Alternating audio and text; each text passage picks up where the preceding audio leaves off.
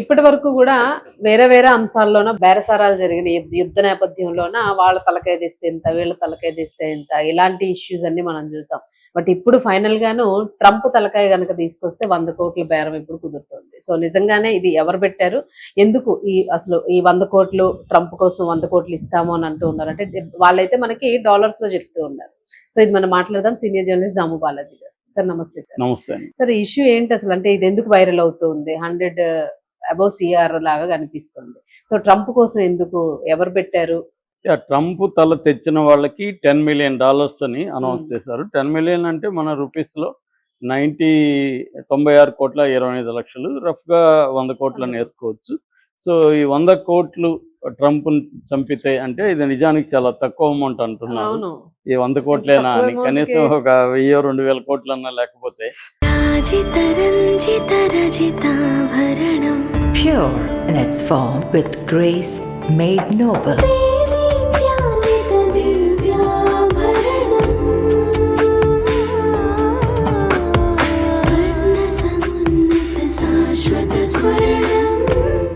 మన సినీ నటి శ్రియశరణ్ గారి చేత ఈ రోజే గొప్ప ప్రారంభం.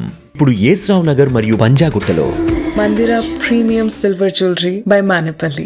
ఎందుకంటే ట్రంప్ చంపడం అనేది అంత ఈజీ వ్యవహారం కాదు కదా. ట్రంప్ కి చాలా హై సెక్యూరిటీ ఉంటది.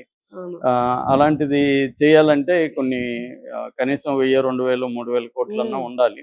సో అంత లేకుండా 100 కోట్లకి ఎవడు వస్తాడని. కాకపోతే మేబీ వాళ్ళ దగ్గర అంతే ఉందేమో.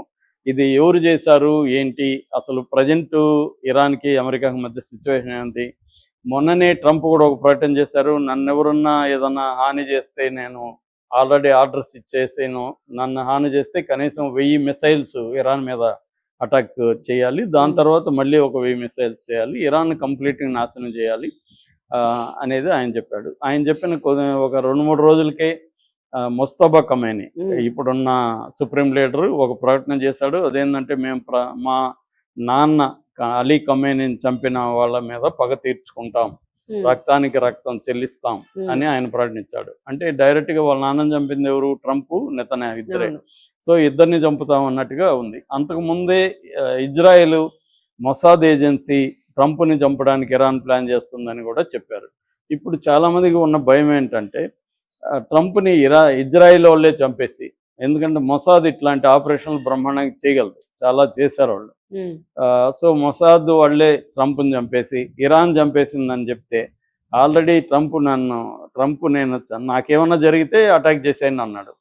సో వీళ్ళు పోయి ట్రంప్ని చంపేశారు అనుకో, ఇజ్రాయిల్ వాళ్ళే, ఆటోమేటిక్ ఇరాన్ని వాళ్ళు కంప్లీట్గా తుడిచిపెట్టేస్తారు, ఇజ్రాయిల్కి హ్యాపీగా ఉంటుంది. సో అది చేస్తే అలాగే ఎవరైనా ఆర్డర్లు ఇవ్వచ్చా అనేది కూడా డిస్కషన్కి వచ్చింది. ఈ క్రమంలో మొన్న ఇరాన్లో కూడా ట్రంప్ శవపేటికని, అతిపెద్ద శవపేటికని టెహ్రాన్లో పెట్టారనమాట, అందరికీ కనబడేట్టుగా ట్రంప్ కాఫిన్ అని.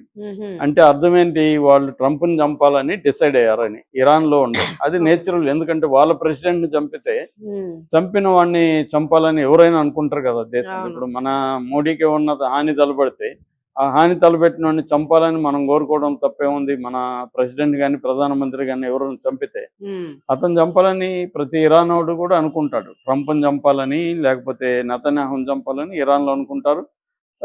ఇరాన్లో ఉండే అనేక మందిని వీళ్ళు చంపేస్తారు కదా. ఓన్లీ ఖమేనీనే కాదు, వాళ్ళ చిన్న 3 ఏళ్ల పాప దగ్గర నుంచి చంపారు. వాళ్ళ స్కూల్ పిల్లలు 128 మందిని ఫస్ట్ డే ఫిబ్రవరి 28న చంపారు. దాదాపు 4-5 వేల మందిని చంపారు ఇప్పటికీ. సో వాళ్ళు అనుకోవడంలో తప్పు లేదు.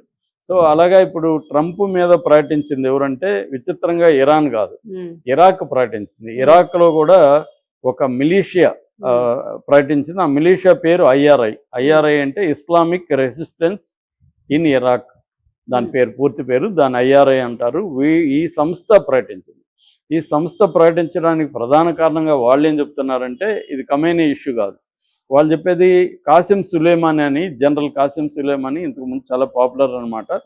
ఆయన్ని అమెరికా చంపేసింది. దాని తర్వాత ఇరాక్లో ఉండే ఒక నాయకుడిని కూడా, అబూ మహదీ అల్ ముహిదీస్ అనే ఒక అతన్ని కూడా చంపారు. డ్రోన్ అటాక్లో చంపారు వీళ్ళిద్దరిని. సో దానికి ప్రతీకారంగా ట్రంప్ని ఎవరైనా చంపితే మేము ఈ 100 కోట్లు ఇస్తామని వాళ్ళు ప్రకటించారు. ఇది ఇప్పుడు ప్రపంచవ్యాప్తంగా వైరల్ అవుతుంది. సో ఇది ఖచ్చితంగా ట్రంప్ని చంపాలని ఇరాన్ కానీ ఇరాక్ అవును. కానీ అనుకుంటారు. అవును. ఎందుకంటే ట్రంప్ ఇప్పుడు ఫర్ ఎగ్జాంపుల్ ఆయన అనేక మందిని వెనిజులా ప్రెసిడెంట్ని ఎత్తుకుపోయాడు. అవునవును.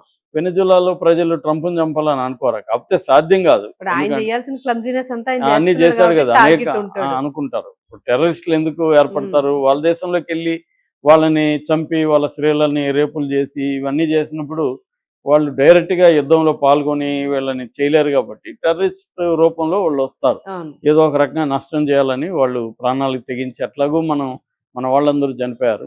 ఇప్పుడు పాలస్తీన్లో 75,000 మందిని చంపాడు నెతన్యాహు. దానికి సపోర్ట్గా ట్రంప్ కావచ్చు, అమెరికా కావచ్చు సపోర్ట్ చేసింది. సో ఇప్పుడు పాలస్తీనాలో బతుకుండే ప్రజల్లో దాదాపు 90% కుదిరితే వాళ్ళు టెర్రరిస్ట్గా మారి నెతన్యాహుని చంపాలని, ట్రంప్ని చంపాలని అనుకోవడంలో ఆశ్చర్యం ఏమి లేదు. అవును. ఎందుకంటే చిన్న పిల్లలను కూడా టార్గెట్ చేసి చంపారని ఐక్యరాజ్య సమితి మొన్న ప్రకటించింది. ఉమ్.